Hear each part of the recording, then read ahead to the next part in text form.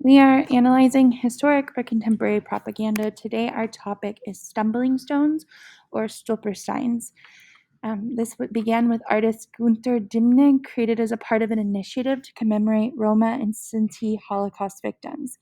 Stones include the victim's name, their date of birth, their deportation date, and their death date if known. 70,000 stones today around Europe. The intention is to keep the victims' names alive. This honors all victims, not just Roma and Sinti, and there is controversy surrounding this type of memorial. Here is a photograph of this type of stumbling stone.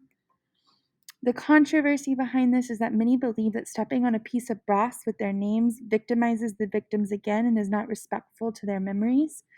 Some perceive this type of omnipresent memorial as disturbing to their day-to-day lives as they are constantly reminded of the trauma of the Holocaust.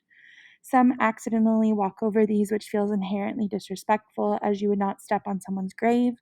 In Munich, they made a different initiative to put them on beams as opposed to the ground. And here's another example, a close-up of one of those stumbling stones. And then some people that are bowing down to look at the stumbling stones. And then here is an example of what they have in Munich that is different. So those in support, they believe that these keep the memory of individual victims alive. They also believe that these force one to bow to view them, which often is a sign of respect. And in the Talmud, a person is only forgotten when his or her name is forgotten. What's left out? So this is a piece of propaganda, and they don't tell the complete story of the victim. These minimize the lives of victims into one brass stone. It also doesn't fully encapsulate all the victims of the Holocaust, and not all surviving Jewish people are in support of this. Some victims are left out. There's only 70,000, which is just a drop in the bucket compared to the millions, including those who didn't die but were still victims of the Holocaust.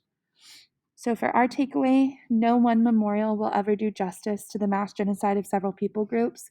There is always room for misinterpretation of any memorial or piece of propaganda, and direct education is the best way to inform people of history, especially the history of genocide.